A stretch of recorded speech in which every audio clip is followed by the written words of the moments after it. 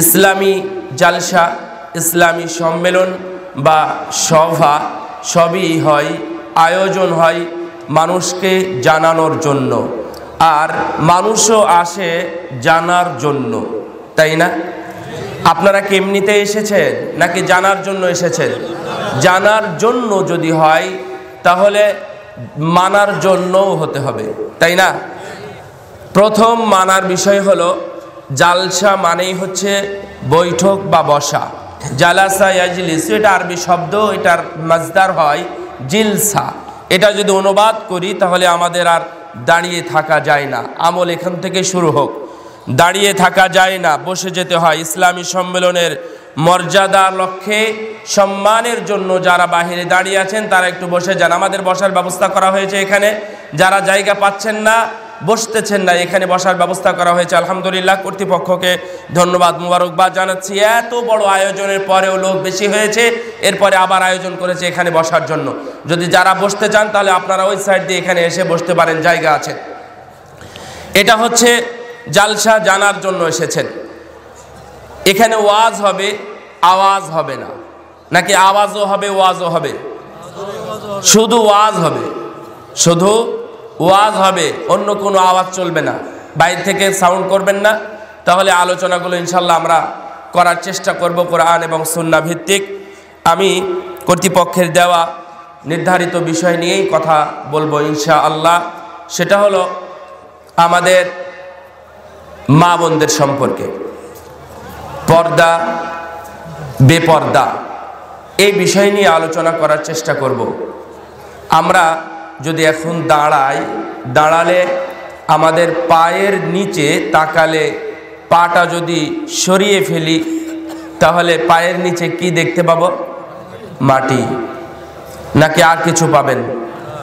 অথবা ময়লা আবর্জনা, এগুলোই আপনার পায়ের নিচে আছে। কিন্তু আপনার মায়ের পায়ের নিচে কি আছে?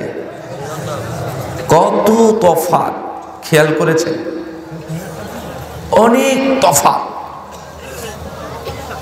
তাদেরকে নিয়েই দুটি কথা বলবার চেষ্টা করব ইনশাআল্লাহ। ওমা তৌফিকি ইল্লা বিল্লাহ, আলাইহি তাওয়াক্কালতু ওয়া ইলাইহি উনিব। আজকে যারা ইশার সালাত আদায় করেছেন, ওয়েতের পড়েছেন, ওয়েতের সালাতের সালাম ফিরানোর পরে ছোট্ট একটা দোয়া আছে, পড়েন সবাই। সুবহানাল মালিকিল কুদ্দুস। সারা জীবন ওয়াজ শুনলেন, এই ছোট্ট বিষয়টাই আপনাদের জানার কখনো সুযোগ হয়নি। আজকে জানেন 3 বার এই ছোট্ট দোয়াটা পড়তে হয়।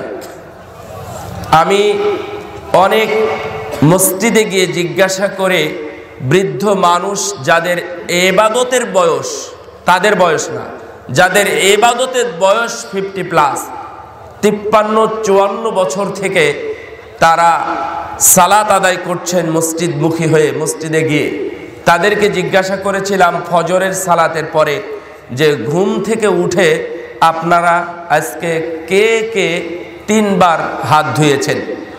প্রথমত সবাই বলার চেষ্টা করেছিল যে আমরা সবাই ধুয়েছি, সবাই হাতটা ক্লিয়ার করেছি, ধুয়েছি। আমি বললাম যে না, ওযুর সাথে সম্পৃক্ত না, ওযুর আগেই 3 বার হাতটা ধুতে হবে। কে ধুয়েছেন? মসজিদের মুসল্লিদের মধ্য থেকে একজনও হাসূচক পজিটিভ উত্তর দেন নাই।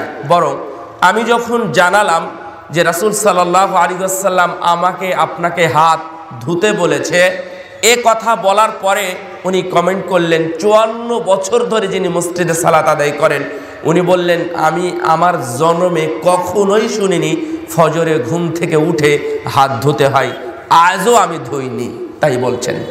তার মানে এই একই বাস্তবতা আপনাদের মাঝেও আমি অনেকটাই লক্ষ্য করেছি। তো এই ধরনের অনেক বিষয় আছে, আপনাদের খেয়াল করা উচিত। জালসাতে এসে শুধুমাত্র সুর, ওয়াজ, তাল ইত্যাদি, হাসি কান্না এগুলো না নিয়ে কিছু শেখার চেষ্টা করবেন। জানার জন্য আসলে মর্যাদাই ভিন্ন। যখন রাস্তা দিয়ে এসেছেন এখানে জানার জন্য, আমার নবী বলেছেন ইস্তাগফির লাহু মান ফিস সামাই ওয়াল আরদ, আসমান এবং জমিনে যারা আছে, আসমান জমিনবাসী যারা আছে, তারা সবাই মিলে আপনার জন্য দোয়া করেছে, আল্লাহ তুমি একে ক্ষমা করো, একে ক্ষমা করো। কেন এসেছেন? জানার জন্য না, এই আশার কারণে এই দোয়াটা পেয়ে গেছেন। রাসূল সাল্লাল্লাহু আলাইহি ওয়াসাল্লাম বলছেন, যখন এসেছিলেন জানার উদ্দেশ্যে, রাস্তা দিয়ে চলছিলেন, তখন আমার নবী বলছেন যে আপনার পায়ের নিচ দিয়ে ফেরেশতারা পর বিছিয়ে দিয়েছে। এটা হচ্ছে জানতে আসার মর্যাদা।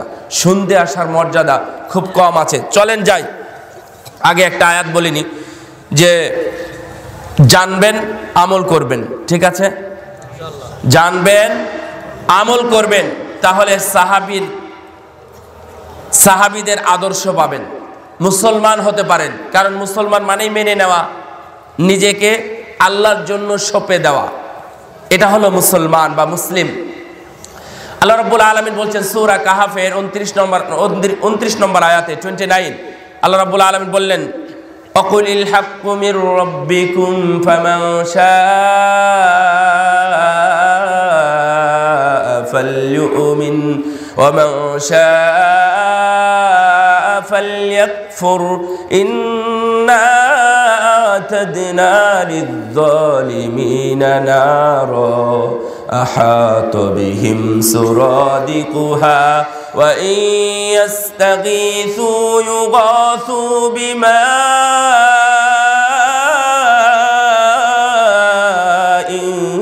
كالمهل يشوي الوجوه بئس الشراب وساءت مرتفقا। আল্লাহ রাব্বুল আলামিন নবীকে বললেন, হে নবী, আপনি বলে দিন হক তোমার রবের পক্ষ থেকে আসে, যাদের মানার তারা মেনে নিবে, আর যাদের অস্বীকার করার তারা অস্বীকার করবে। যাদের ইচ্ছা মানবে, যাদের ইচ্ছা হয় না মানবে না। তবে মনে রেখো, যারা মানে না তারা হলো জালেম, আর আমি এই জালেমদের জন্য প্রস্তুত করে রেখেছি জাহান্নামের ভয়াবহ জ্বলন্ত আগুন। আহাতা বিহিম সুরাদিকুহা, এই আগুন যখন চারিদিক থেকে মানুষকে গ্রাস করে, তখন তারা পানি চায়, ভেতরটা শুকিয়ে যায়, ক্ষুধার্ত এবং তৃষ্ণার্ত হয়, তখন বলে পানি দাও। আল্লাহ বলছেন ইয়াস্তাগীথু, যদি তারা পানি চায়, ইউগাথু, পানি দেওয়া হয়, বিমাইন কালমুহল, এমন পানি যাকে বলা হয় পুঁজের মতো পানি। সরাসরি অনুবাদ, পুঁজের মতো পানি দেওয়া হবে। যারা মানে না, জানার পরেও যারা বিধানকে মানেনি, জাহান্নামে তখন যাবে, যাওয়ার পরে তাদেরকে এই ধরনের পানিও খেতে দেওয়া হবে। তারা তো খেতে চাইবে না, কিন্তু ভেতরটা শুকিয়ে গেছে, কিছু তো খেতেই হবে, তখন সেটাই খাওয়ার চেষ্টা করবে। আল্লাহ রাব্বুল আলামিন বললেন ইয়াশউইল ওয়ুজুহা, যখনই তারা খেতে চাইবে তখনই তাদের মুখমণ্ডলের চামড়া, গোস্ত, ঠোঁট, জিহ্বা যা আছে, হাড় এবং দাঁত ছাড়া তা সবই ঝলসে খসে খসে তার পানির মধ্যে পড়ে যাবে। ওয়ালিয়াযু বিল্লাহ। যদি বিধান না মানেন তাহলে এই ভাগের ভাগী হতে হবে। যদি সেটা পেতে চান তাহলে আপনাদের উপরে ছেড়ে দিলাম, আর যদি এগুলো পেতে না চান তাহলে আমল করতে হবে। আল্লাহ রাব্বুল আলামিন তার নবীকে বললেন, হে নবী, তুমি তোমার স্ত্রীদেরকে ডাকো, ডাকার পরে বলো ফাতাআলাইনা উমাতিকুন্না ওয়া উসাররিহকুন্না সারাহান জামিলা। তোমরা যদি দুনিয়া চাও, তোমরা যদি ধন সম্পদ চাও, তাহলে তোমরা এসো। ও আয়েশা, ও মাইমুনা বা ইত্যাদি যারা রাসূলুল্লাহ সাল্লাল্লাহু আলাইহি ওয়াসাল্লামের যে স্ত্রী ছিলেন, তাদেরকে ডেকে রাসূলুল্লাহ সাল্লাল্লাহু আলাইহি ওয়াসাল্লাম এইভাবে বললেন, তোমরা এসো, আমি তোমাদের প্রাচুর্যতায় পরিপূর্ণ করে দিই। তোমরা যদি দুনিয়া চাও, তোমরা যদি সম্পদ চাও, তাহলে আমি তোমাদের ভরে দিব, যত চাও তত দিব। আর ওয়াইন কুনতুন্না তুরিদনাল্লাহা ওয়া রাসূলা, আর তোমরা যদি আল্লাহ এবং তার রাসূল এবং আখিরাত চাও, তাহলে তোমরা শুনে রাখো, ফা ইন্নাল্লাহা আ'আদ্দা লিল মুহসিনাতি মিনকুন্না আজরান আযীমা। আল্লাহ রাব্বুল আলামিন এই সকল পরহেজগার বা মুমিনা মুহসিনা মহিলাদের জন্য মহা অর্থাৎ পুরস্কারের মহা আয়োজন করে রেখেছেন। ইয়া নিসাল নবী, হে নবীর স্ত্রীরা, মাইয়াতি মিনকুল্লা বিফাহিশাতিন মুবাইয়িনা, তোমরা যদি প্রকাশ্যে কোনো অশ্লীলতায় নেমে যাও অথবা বেহায়াপনায় চলে যাও, তাহলে তোমাদের জন্য ডবল শাস্তির ব্যবস্থা রয়েছে। ওয়া কানা যালিকা আলাল্লাহি ইয়াসীরা, তোমরা নবীর পত্নী, নবীর স্ত্রী, নবীর মেয়ে অথবা কোনো মুমিনা মহিলা যেই হোক না কেন, আল্লাহ তাদের যে ডবল শাস্তি দেবেন, কানা যালিকা আলাল্লাহি ইয়াসীরা, এটা আল্লাহর কাছে অনেক সহজ ব্যাপার। আমার মা বোন, আপনাদের জন্য আরো শুভ সংবাদ, এটা দুঃসংবাদের ওয়াজ করলাম। এখানেই পরের আয়াতেই যদি 33, 34, 35 নম্বর আয়াতটা দেখেন সূরা আহজাবের মধ্যে 21 নম্বর পারার শেষ 2-3 আয়াত এবং 22 নম্বর পারার প্রথম 2-3 আয়াত আল্লাহ বলছেন, ওয়া মাইয়াকুনুত মিনকুন্না লিল্লাহ ওয়া রাসূলিহি ওয়া তা'মাল সালিহান নু'তিহা আজরাহা মাররাতাইন ওয়া আ'তাদনা লাহা রিজকান কারীমা। মহিলাদের মধ্য থেকেই, এই নারীদের মধ্য থেকেই যারা আল্লাহ এবং তার রাসূলকে মেনে নেয় এবং সৎ আমলে ব্যস্ত হয়ে যায়, সৎ আমল কন্টিনিউ করে, আমার আল্লাহ বলেছেন নুতিহা আজরাহা মাররাতাইন, আমি তাদেরকে ডবল নেকি দেব, ডবল পুরস্কার দেব। মা বোন, আপনি যদি ডবল পুরস্কার পান, পুরুষদের জন্য কিন্তু ডবল পুরস্কারের কোনো ব্যবস্থা নেই, এটা মা বোনদের জন্যই আছে। আল্লাহ রাব্বুল আলামিন পরের আয়াতে গিয়ে বলছেন, ওয়াকারনা ফি বুয়ুতিকুন্না ওয়ালা তাবাররাজনা তাবাররুজাল জাহিলিয়াতিল উলা। ও নারীরা, ও মুমিনা নারীরা, খবরদার, তোমরা বাড়িতে অবস্থান করো। এই বাড়িতে অবস্থান করা বলতে শুধু বাড়িতেই বসে থাকবে এটা যে উদ্দেশ্য নয়, তা পরের কথাই আমরা বুঝে ফেলেছি। আল্লাহ রাব্বুল আলামিন বললেন তোমরা বাড়িতে অবস্থান করো এবং ওয়ালা তাবাররাজনা তাবাররুজাল জাহিলিয়াতিল উলা, উদ্দেশ্য হলো জাহেলি যুগে এবং ইসলাম আসার পূর্ব যুগে ওই সকল খারাপ মহিলারা যেভাবে তাদের নিজেদের সৌন্দর্যকে প্রকাশ করত, খবরদার ও মুমিন মহিলারা, নারীরা, তোমরা যেন এইভাবে তাদের মতো নিজেদের সৌন্দর্যকে খবরদার প্রকাশ করো না। তোমরা বাড়িতে থাকো প্রয়োজনে, যদি বাহিরে যাও তাও প্রকাশ করো না, যদি তুমি কর্মস্থলে যাও তাও তুমি নিজেকে প্রকাশ করো না, যদি কোনো রিজিকের তাড়নায় বাহিরে যেতেই হয়, যদি কোনো সময় ভিক্ষা বৃত্তিতে যেতেই হয়, মানুষের কাছে চাইতে হয়, কোনো কাজের জন্য যদি যেতেই হয়, ওয়ালা তাবাররাজনা তাবাররুজাল জাহিলিয়াতিল উলা, ওই জাহেলি যুগে মানুষ যেভাবে, মহিলারা যেভাবে নিজেকে প্রকাশ করত, খবরদার তোমরা প্রকাশ করো না। ওয়া আকিমনাস সালাতা ওয়া আতিনাজ যাকাতা ওয়া আতিনাল্লাহা ওয়া রাসূলা, তোমরা কি করো? সালাত আদায় করো এবং যাকাত দাও, আল্লাহ এবং তার রাসূলের আনুগত্য করো। পরের আয়াতের প্রথম শব্দ অযকুরনা, অযকুরনা, এবং আল্লাহকে স্মরণ করো। আমরা যদি একটু এখান থেকে হাদিসের দিকে যাই তাহলে হাদিসে আরো স্পষ্ট আমরা কথাগুলো পেয়ে যাব। রাসূল সাল্লাল্লাহু আলাইহি ওয়াসাল্লাম বললেন, আবু হুরায়রা রাদিয়াল্লাহু তাআলা আনহু থেকে বর্ণিত, ইযা সাল্লাতিল মারআতু খামসাহা ওয়া সামাত শাহরাহা ওয়া আহসানাত ফারজাহা ওয়া আতাআত যাওজাহা ফাকিলা লাহা উদখুলিল জান্নাহ মিন আইয়ি আবওয়াবিন শি'তি। অন্য হাদিসে এসেছে আব্দুর রহমান বিন আউফ রাদিয়াল্লাহু তাআলা আনহুকে লক্ষ্য করে বললেন, আব্দুর রহমান বিন আউফ, মহিলাদেরকে বলে দাও, মুমিন নারীদেরকে বলে দাও, তোমরা মহিলাদের মধ্য থেকে তারা যদি 5 ওয়াক্ত সালাত আদায় করে, 2 তারা যদি রমজানের 1 মাস সিয়াম পালন করে, 3 তারা যদি স্বামীর আদেশ মেনে চলে, 4 তারা যদি তাদের লজ্জাস্থানের হেফাজত করে। এই 4টা কাজ যদি কোনো মা বোন, কোনো মহিলা, নারীরা, মুমিন নারীরা যদি করে বসে, তাহলে কিয়ামতের দিন তাদেরকে বলা হবে, কিয়ামতের দিন তারা সেই দিন আওয়াজ শুনতে পাবে, উদখুলিল জান্নাহ, তুমি জান্নাতে প্রবেশ করো, মিন আইয়ি আবওয়াবিন শিইতি, জান্নাতের 8টি দরজা আছে, 8টি দরজার যে কোনো একটা দিয়ে তুমি প্রবেশ করো। কয়টা কাজ? মাত্র 4টা কাজ। আর আমরা আয়াতের মধ্যে কয়েকটা অতিরিক্ত পেয়েছি। তার মধ্যে আতিইন আল্লাহ ওয়া রাসূলা, আল্লাহ এবং তার রাসূলের অনুসরণ করা। আরেকটি পেয়েছি ওয়াজকুরনা, আর আগে তো আমরা পেলামই তাদের পর্দা করতে হবে, ওয়া আহসানাত ফারজাহা। মোট 6টি বিষয় যদি কোরআন এবং হাদিসের আলোকে আমরা নিই, মা বোন, এটাই আপনাদের জন্য যথেষ্ট, এটাই আপনাদের জন্য যথেষ্ট।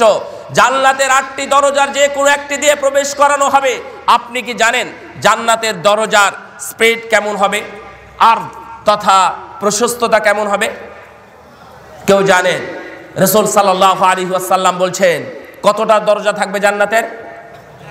8 আবওয়াব, 8টি দরজা থাকবে জান্নাতের, 8টি দরজা থাকবে। একটি দরজার প্রশস্ততা মদিনা থেকে নিয়ে বাহরাইন পর্যন্ত যত দূরত্ব, প্রায় 1500 কিলোমিটার হবে একটি জান্নাতের দরজার প্রশস্ততা। সুবহানাল্লাহ, কত মানুষ প্রবেশ করবে।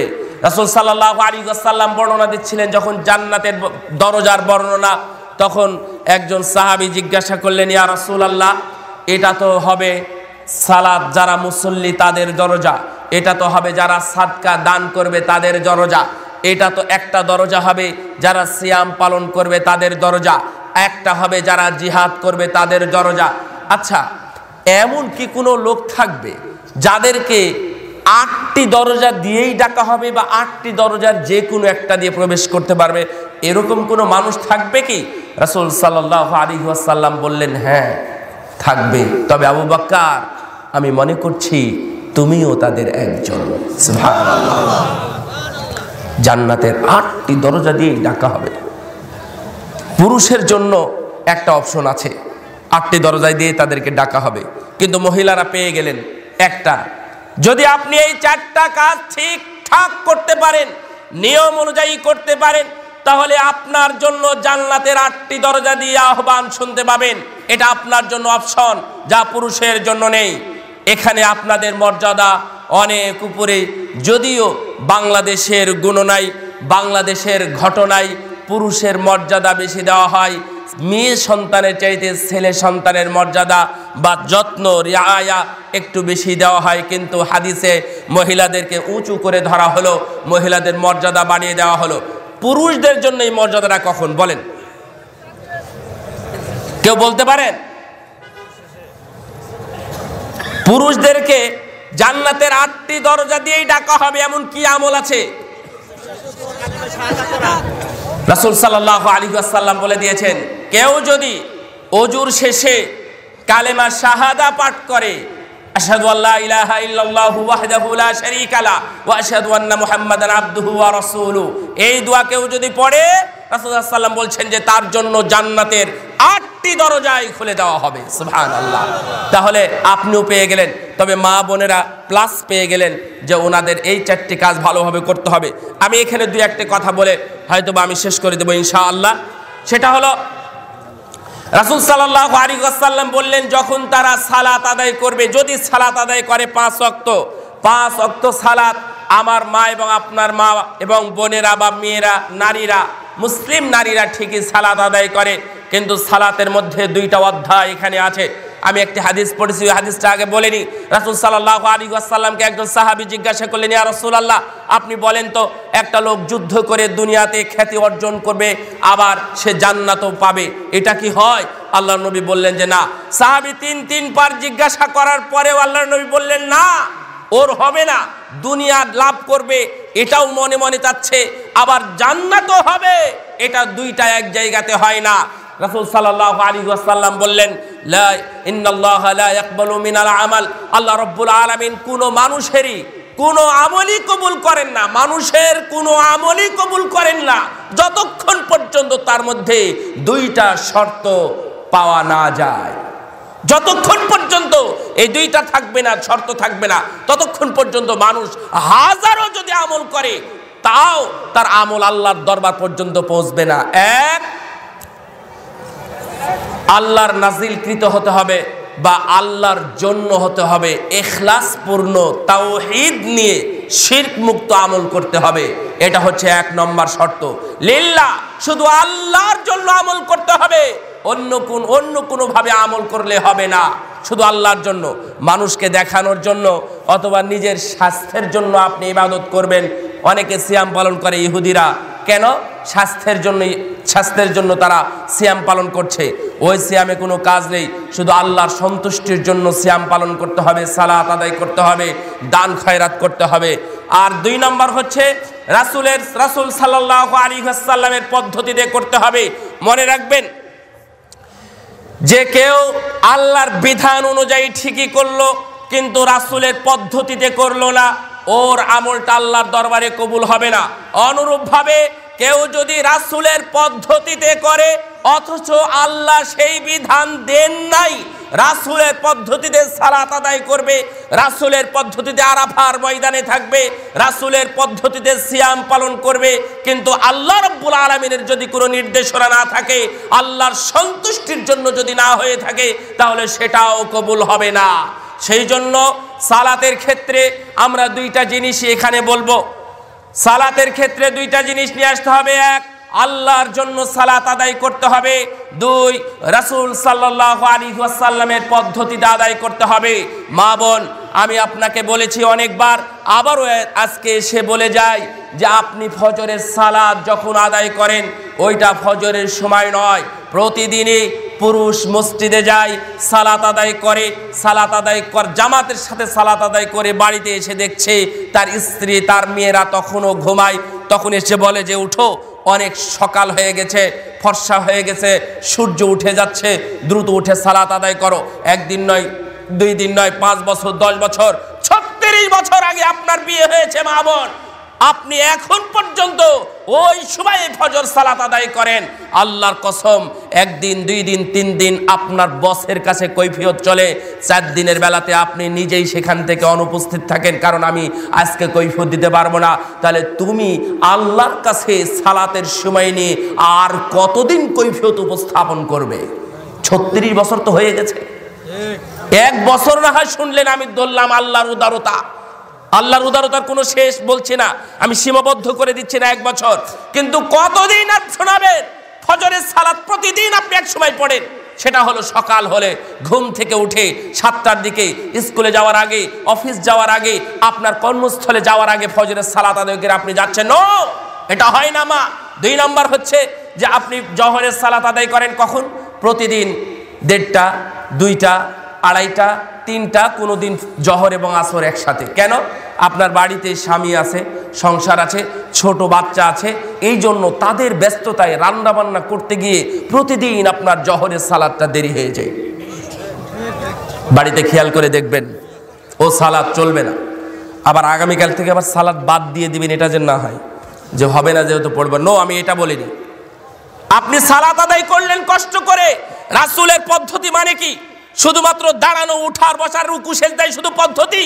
রাসূলের দেওয়ার সময়টাও পদ্ধতি নয়। ইন্নাস সালাতা কানাত আলাল মুমিনিন কিতাবাম মাওকুতা। আল্লাহ রাব্বুল আলামিন বলে দিয়েছেন, এই মুমিন মুমিনাদের সালাতের জন্য নির্ধারিত সময় বেঁধে দেওয়া আছে। আরাফার ময়দান বছরের সর্বশ্রেষ্ঠ একটি দিন। আপনি যদি মনে করেন যে আরাফার ময়দানই তো যাই, আমি এখন আরাফাতে গিয়ে একটু বসে থাকি, আপনি 1 দিন না, 3 দিন না, যদি আপনি 350 দিন, প্রায় 1 বছর আরাফার ময়দানে বসে থাকেন, আরাফা ময়দানের কোনো মর্যাদায় আপনি পাবেন না। এমনকি আরাফা যেই দিন ধরে নেন, সোমবারের দিন আরাফা, সোমবারের দিন সকাল থেকে নিয়ে 11টা পর্যন্ত যদি আপনি আরাফার ময়দানে উপস্থিত থাকেন, তাহলে আরাফার ময়দানে আরাফার আপনি কিছুই পাননি। সূর্য পশ্চিম দিকে ঢলে যাওয়ার পরে ওখানে থাকতে হবে, 1 সেকেন্ড থাকলেও আপনি আরাফা পেয়ে গেলেন। আর যদি আপনি পুরো বছরও থাকেন, ওই সময়টা না থাকেন, তাহলে আপনি আরাফা পান নাই। তাহলে আরাফা যদি এমন হয়, ঈদ যদি সকাল সকাল আদায় করতে হয়, ঈদ পরে পার হয়ে গেলে ঈদ পড়া যায় না, সেই দিন ঘুমিয়েছিলেন, আপনি হাসপাতালে ছিলেন, আপনার ঈদ নেই, এটা যদি হয় তাহলে আপনি সালাত আপনার সময় মতো আদায় করবেন কিভাবে? নো, এটা হয় না। ওয়াসামাত শাহরাহা, মা বোন আপনারা জানেন সালাতের বিষয়ে এখানে বলি, মা বোনদের সালাতের বিষয়ে এটা খুবই গুরুত্বপূর্ণ একটি বিষয়। পদ্ধতিগত ইবাদত, এটা পদ্ধতি, হুকুমটা আল্লাহর পক্ষ থেকে, পদ্ধতিটা কার হবে? এখানে আরো একটা স্পষ্ট করি, পদ্ধতি রাসূলুল্লাহ সাল্লাল্লাহু আলাইহি ওয়াসাল্লাম আমাদেরকে দেখিয়েছেন মাত্র, কিন্তু এই পদ্ধতিটাও কার পক্ষ থেকে? আল্লাহর পক্ষ থেকে। এই জন্যই কোনো বেদাতি যারা শিরক করে তারা অতিরিক্ত কথোপকথনে তারা মিলিত হতে পারবে না, যে না এটা নয় ওটা, এটা নয় সেটা বলতে পারবে না। রাসূল সাল্লাল্লাহু আলাইহি ওয়াসাল্লাম যে ডান হাতে পানি খেয়েছেন অথবা খেতে বলেছেন, এটা কি ওনার বাপ দাদার আমল থেকে পেয়ে নিয়ে এসে আমাদেরকে দিয়েছেন, নাকি এটাও আল্লাহর পক্ষ থেকে নিয়ে এসেছেন? কানা ইযা তাওয়াদ্দা আখাযা কাফফাম মিম্মা। আনাস রাদিয়াল্লাহু তাআলা আনহু বলছেন, আবু দাউদের মধ্যে আছে হাদিসটা, 145 নম্বর হাদিস, রাসূলুল্লাহ সাল্লাল্লাহু আলাইহি ওয়াসাল্লাম যখন ওযু করতেন তখন এভাবে 1 চুল্লি অতিরিক্ত পানি নিতেন, নেওয়ার পরে এভাবে দাঁড়িতে দিতেন, এভাবে দাঁড়িতে দিতেন এবং দেওয়ার পরে বলতেন, শোনো, হাকাযা আমারানি রব্বি আযজা ওয়া জাল, আমার রব আমাকে এভাবেই খিলাল করার নির্দেশ দিয়েছেন, আমি তাই করছি। আমরা তো এটা সুন্নাতি মনে করি, তাই না? কিন্তু এই সুন্নাতটা তাহলে কার পক্ষ থেকে আসলো? আল্লাহর পক্ষ থেকেই সব এসেছে। সুতরাং আপনি ছোটভাবে দেখবেন যে কোরআন মানি আর হাদিস না মানলেও হয়, এই বলে আপনি রাসূলের পদ্ধতিকে তুচ্ছ বলে উড়িয়ে দেন, রাসূলের পদ্ধতিকে আপনি হেই প্রতিপন্ন করেন না, আরে রাখো, এটা তো সুন্নাত। মানুষ বলে না এটা সুন্নাত, যে সুন্নাতটা কার পক্ষ থেকে আসে তুমি জানো না? সুন্নাতটাও যে আল্লাহর পক্ষ থেকে আসে এটা তুমি জানো না কেন? সুন্নাতটাও আল্লাহর পক্ষ থেকে এসেছে, তবে রাসূল দেখিয়ে দিয়েছেন আমাদেরকে উনি নিজে আল্লাহর পক্ষ থেকে নিয়ে। আমি এখানে বলছিলাম পদ্ধতি নিয়ে, সাল্লু কামা রাআইতুমুনি উসাল্লি, আমার সাহাবীরা, আমার উম্মতেরা, তোমরা সালাত আদায় করো ওইভাবে, সেইভাবেই যেভাবে তোমরা আমাকে সালাত আদায় করতে দেখো। আমরা কি এখন কি রাসূলকে দেখতে পাবো? সম্ভব? তাহলে কি দেখব? তাহলে আমাদের উনি যেটা দিয়ে গেছেন, আমার উস্তাদ সমতুল্য মুহতারাম শেখ লুকমান হোসেন, উনি সুন্দর কথাগুলো বলে গেছেন যে কোরআন এবং সুন্নাহ রেখে গেছেন, সেই দিকে যেতে হবে, হাদিসে যেভাবে লেখা আছে সেভাবে সালাত আদায় করতে হবে। আমাদের সমাজে দেখবেন কিছু মানুষজন আসে, বা মেয়েরা আসে, বা বুবুরা আসে, আপারা আসে, আপারা এসে সালাত শিক্ষা দেয়। কিভাবে জানেন? মা বোনদের সালাত শিক্ষা দেয় যে আপা শোনেন, আপনি যখন সেজদা করবেন তখন সেজদা করার সময় আপনি একটু আঁটো সাঁটো হয়ে আপনার শরীরটাকে কন্ট্রোল করে এরপরে আপনি সেজদা দেবেন। যদি এক্ষেত্রে আপনার পেট অথবা স্তন যদি নিচে ঝুলে যায় তাহলে পর্দার খেলাফ হবে, পর্দা নষ্ট হবে, তখন আপনার সালাতও হবে না। মিথ্যা কথা, এটা হচ্ছে ডাহা মিথ্যা, এটা হচ্ছে বানোয়াট হাদিস, রাসূলের নামে মিথ্যা আরোপের শামিল। রাসূল সাল্লাল্লাহু আলাইহি ওয়াসাল্লাম এভাবে কোনোদিন কোথাও কোনো হাদিসের মধ্যে এইভাবে সালাত আদায় করার নির্দেশ দেন নাই। পদ্ধতিগত যে ইবাদত, সাল্লু কামা রাআইতুমুনি, আমাকে তোমরা যেভাবে দেখেছো সেভাবে সালাত আদায় করো। কোনোদিন আয়েশাকে লক্ষ্য করে বলেননি, কখনো ফাতেমাকে লক্ষ্য করে বলেননি, অথবা রাসূলুল্লাহ সাল্লাল্লাহু আলাইহি ওয়াসাল্লামের অন্যান্য স্ত্রী কন্যাদেরকে লক্ষ্য করে বলেননি, আয়েশা তোমার নামাজ এভাবে এইভাবে পুরুষের মতো না, এইভাবে কোনো দিনই কথা বলেননি। সুতরাং পুরুষ এবং নারীর সালাতের পদ্ধতি একই রকম। যদি এইভাবে কেউ আপনাদেরকে বুঝাতে আসে তাহলে তাদের কাছে সহি দলিল চাইবেন, সহি দলিল চাইবেন। সহিটা ওই জন্য উল্লেখ করলাম যে জয়ীব দলিলে আমাদেরকে এখন সহিটার দিক থেকে চোখ অন্ধ করে দিয়েছে, এত জয়ীব এবং জাল হাদিস সমাজে চালু আছে। এই জন্য বলবেন সহি দলিল দেখাও, তারপরে আমরা মেনে নিব। পুরুষেরা যেভাবে সেজদা করে মহিলারা ঠিক ওভাবেই সেজদা করবে। পুরুষেরা যেভাবে হাত বাঁধে পুরুষেরাও মহিলারা পুরুষ একইভাবে তারা হাত বাঁধবে, যেভাবে তারা মাঝখানে একটু ফাঁকা রাখবে, ছাগলের বাচ্চা যাওয়ার মতো জায়গা পরিবেশ তৈরি করে দিবে সেজদার সময়, পুরুষেরা যেমন করবে মহিলারাও সেভাবেই করবে। কিছু পার্থক্য, নামাজের ভিতরে কোনো পার্থক্য নেই। যা আমরা বলে থাকি, এক, ইমাম যদি ভুল করে আমরা বলবো সুবহানাল্লাহ। আর নারীদের কণ্ঠটাও যেহেতু পর্দার ভিতরেই বলা যায় অনেকটাই, এই জন্য তারা কথা না বলে এইভাবে হাত মেরে শব্দ করে জানান দিবে, অথবা উরুর উপর মেরে জানান দিবে যে তোমার সালাতে ভুল হচ্ছে ইমাম সাহেব। এটা হচ্ছে একটা। যখন নামাজে দাঁড়াবে, আমাকে যেভাবে আপনি দেখছেন, আমি যদি এভাবেই সালাতে দাঁড়িয়ে যাই, তাহলে আমার নবী আমাকে পোশাকের ব্যাপারে অথবা আমার অতিরিক্ত কাপড়ের ব্যাপারে কিছুই বলেননি, কিন্তু নারীদের ব্যাপারে আবশ্যক করেছেন যে তাদের পা, মাথা থেকে নিয়ে পা পর্যন্ত ঢাকতে হবে, এই ধরনের কোনো ওড়না থাকতে হবে। এটা হলো 2। 3 নম্বর হচ্ছে, আরেকটা কি 3 নম্বরটা মনে হবে না, সমস্যা নেই। তো রাসূল সাল্লাল্লাহু আলাইহি ওয়াসাল্লাম এই 3টা ব্যাপারে উল্লেখ করেছেন। আচ্ছা, থ্যাংক ইউ। আরেকটা হলো, ইমাম সাহেব যখন তারা যদি ইমামতি করে, মহিলারা যদি ইমামতি করে, করতে পারে তারাবির সালাতে, ওয়াক্তিয়া কোনো সালাতে, অর্থাৎ জোহর, আসর, মাগরিব, এশা, এই ধরনের কোনো সালাতে যদি তারা ইমামতি করে, মহিলারাই, আপনার মাই ইমামতি করছে, আপনার বোনদেরকে, আপনার ভাবিদেরকে নিয়ে মা ইমামতি করছে, তাহলে মা, আমরা যেমন ইমাম সাহেবকে সামনে এগিয়ে দিই, একজন ইমাম এক জায়গাতে দাঁড়িয়ে থাকে, ওইভাবে তারা দাঁড়াবে না, বরং মাঝখান থেকে ইমামতি করবে, কাতারের মাঝখান থেকে। এই 3টা পার্থক্য বলা যেতে পারে, কিন্তু সালাতের পদ্ধতিগত কোনো পার্থক্য দেখা গেল না। এই জন্যই সালাতের পদ্ধতিগত অধ্যায় নিয়ে অনেক আলোচনা, সমালোচনা, বক্তব্য দিয়ে আপনাদেরকে বিভ্রান্ত করবে, কিন্তু কোরআন এবং সহিহ সুন্নাহ আপনার সাথে যতদিন থাকবে ততদিন পর্যন্ত আপনার মা বোনদেরকে এইভাবে সালাত আদায় করতে দেবেন না। সহিহ পদ্ধতিতে, রাসূলের পদ্ধতিতেই আপনার মাকে, আপনার বোনকে সালাত আদায় করাবেন। আপনারা যদি অসচেতন হন, তাহলে তো তারা এসে আপনাদেরকে দখল করবেই। আপনার মা বোনকে তারা কিভাবে বুঝায়? আপনার মা বোনকে তারা কিভাবে বুঝায়? আপনার মা বোনকে আপনি বুঝাবেন, তারা এসে বুঝাবে কেন? যেখানে বিভিন্ন ইখতিলাফ কথা নিয়ে এসে আমাদের ইসলামটাকে অনেক জায়গাতে জর্জরিত করেছে। যাই হোক, এটা আমার বিষয় না। আমার বিষয় যেহেতু পর্দার বিষয় ছিল, রাসূল সাল্লাল্লাহু আলাইহি ওয়াসাল্লাম বলছেন, ইত্তালাতু ফিন্নার, আমি একদিন জাহান্নামের মধ্যে এইভাবে উকি দিয়ে দেখলাম জাহান্নামে কি আছে অথবা কেমন। ফারাইতু আকসারা আহলিহা আন-নিসা, আমি দেখলাম জাহান্নামীদের অধিকাংশরাই মহিলা। ক্বালু বিমা ইয়া রাসূলুল্লাহ, সাহাবীগণ জিজ্ঞাসা করলেন, হে আল্লাহর নবী, এত মহিলা জাহান্নামী কেন, বা জাহান্নামী যারা তাদের মধ্যে অধিকাংশরাই মহিলা কেন? রাসূল সাল্লাল্লাহু আলাইহি ওয়াসাল্লাম বললেন, ইয়াকফুরনা বিকুফরিহিন্না, তারা অস্বীকার করে, তারা কুফরি করে। সাহাবীগণ বললেন, তারা কি ইয়াকফুরনাল্লাহ ওয়া রাসূলা, তারা কি আল্লাহ এবং তার রাসূলকে অস্বীকার করে? আল্লাহ নবী বললেন, আরে না না, তারা আল্লাহ এবং আল্লাহ রাসূলকে অস্বীকার করতে যাবে কেন? এটা নয়, বরং ইয়াকফুরনাল আশিরা ওয়াল ইহসানা, বরং তারা স্বামীর অবাধ্য হয় এবং অকৃতজ্ঞ হয়। যদি কোনো ভালো কিছু মূল্যায়ন করা হয়, তাহলে তার কৃতজ্ঞতা প্রকাশ করে না।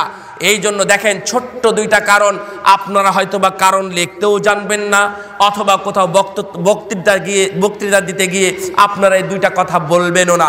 এমন একটি 2টা কারণ, এই 2টা কারণেই আমার নবী জাহান্নামীদের মধ্যে দেখেছেন অধিকাংশরাই মহিলা। 2টা কারণ, 1, তারা স্বামীর কথা ঠিক মতো মানে না। 2, তারা বড়ই অকৃতজ্ঞ। লাউ আহসানতা ইলা ইহদাহুন্নাদ দাহরা, তুমি যদি তাদেরকে যুগ যুগ ধরে দেখে আসো, তুমি যদি তাদেরকে যুগ যুগ ধরে ভরণ পোষণ করো, ভাত কাপড় দিয়ে তাদেরকে লালন পালন করো 36-40 বছর ধরে, ফারাআত মিনকা শাই, অতঃপর তোমার কাছ থেকে সত্যিই কোনো ত্রুটি প্রকাশ পেল, তখন সে বলবে, মা রাআইতু মিনকা খায়রান কাত্তু, 50 বছর ধরে তোমার সাথে আমার বিয়ে হয়েছে, এই 50 বছরে তুমি সারা জীবন প্রতি বছর তুমি আমার সাথে এমন ব্যবহারই করেছো। কে বলে এটা? মহিলা বলে, নারীরা বলে, আপনার মা বলে, আপনার বউ বলে, আপনার বোন বলে, ওই মা জাতি বলে যার পায়ের নিচে জান্নাত, ওই মাই বলে, এই নারীরা বলে, ওর পায়ের নিচে আমার জান্নাত, ও মায়ের পিছনে আমার জান্নাত। পায়ের নিচে।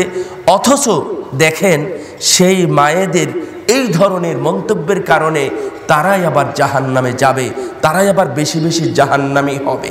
এখানে একটি কথা আব্দুল্লাহ রাসেল বলতে গিয়ে হাদিসের একটা অংশ, যে 3 প্রকার মানুষ জান্নাতে প্রবেশ করবে না, তাদের জন্য জান্নাত হারাম করা হয়েছে। তার একটা হলো, শেষ করব, তার একটা হলো সে বলেছে মুদমিনুল খামার, যারা নিশাদার দ্রব্য পান করে। আরেকটা প্রকার হলো দায়ুস, দুনিয়ার এক আজব পাপ, এক আশ্চর্য পাপ করে একজন জাহান্নামে যাবে আরেকজন। এটা আবার কিভাবে হয়? লা তাজিরু ওয়াজিরাতুন উযরা উখরা, একজনের পাপ আরেকজনের ঘাড়ে বহন করা হয় না। তথাপিও যারা দায়ুস, এই দায়ুসের কারণই হলো বাড়ির মহিলা, ওই বাড়িতে বেহায়াপনা, অশ্লীলতা, ওই বাড়ির মা বোন অথবা স্ত্রী যারা আছে তারা বেপরদাই চলাফেরা করে। তাদের বেপরদাই চলাফেরার কারণে ওই বাড়ির দায়িত্বশীল পুরুষ স্বামী, বাবা অথবা বড় ভাই, তারা জাহান্নামে যাবে। ওদের ওয়াজ অনেক দিন হয়েছে, মা বোন আপনারা একটু পর্দার মধ্যে ঢুকুন, আপনারা একটু নিজেকে ঢেকে চলাফেরা করুন। এ ওয়াজ তারা শোনেনি। আপনাদের যদি বুদ্ধি থাকে, যদি আপনারা বুদ্ধিমান হন, তাহলে আপনি আজকে ব্যবস্থা গ্রহণ করুন। এই ফাতেমা, খালেদা, তোমার কারণে আমি জাহান্নামে যেতে পারবো না, তোমার কারণে জাহান্নামী হব আমি, এটা হতে পারে না। কিভাবে চলো তুমি বেপরদা অবস্থায়, বোরখা ছাড়া? কিভাবে বন্ধুদের সাথে তুমি চলাফেরা করো? কিভাবে তাদের হাত ধরো? কিভাবে তাদের সাথে চায়ের স্থলে বসে গল্প করো? নো, এটা হয় না। এইভাবে যদি পুরুষের দায়িত্বশীল পুরুষ হয়ে যদি তাদের সাথে কথা বলেন, তাহলে সেই দিন আপনার জাহান্নাম রক্ষা হবে, অর্থাৎ জান্নাত রক্ষা হবে, জান্নাত পাবেন। নইলে আপনি এই হাদিসের সাথে শামিল হবেন। সুতরাং সাবধান থাকুন আমার ভাইরা। সম্মানিত উপস্থিতি, আমার আলোচনার শেষে এসে বলবো যে এই বিষয়টা, যে নারীদের পর্দা করবে, তারা কিন্তু করাতে হবে আপনাদের। আপনারা চেষ্টা করবেন যেন তারা পর্দা করতে পারে। আল্লাহ আমাদের মা বোন যারা আছে, তুমি তাদেরকে পর্দা করার তৌফিক দান করো। আমরা যারা আছি, আমরা যেন আমাদের নারীদের কন্ট্রোল করতে পারি। আল্লাহ তুমি আমাদের সেই তৌফিক দান করো। বিশাল এই আয়োজন যারা করেছেন, আমি তাদের প্রতি কৃতজ্ঞ। আল্লাহর কাছে তাদের জন্য দোয়া করি, জাযাহুমুল্লাহুল জান্নাহ। আল্লাহ যেন তাদের এই জায়গার বিনিময়ে জান্নাতে ছোট্ট জায়গার ব্যবস্থা করে দেন। আমিন। ওয়া আখির দাওয়ানা আলহামদুলিল্লাহি রাব্বিল আলামিন।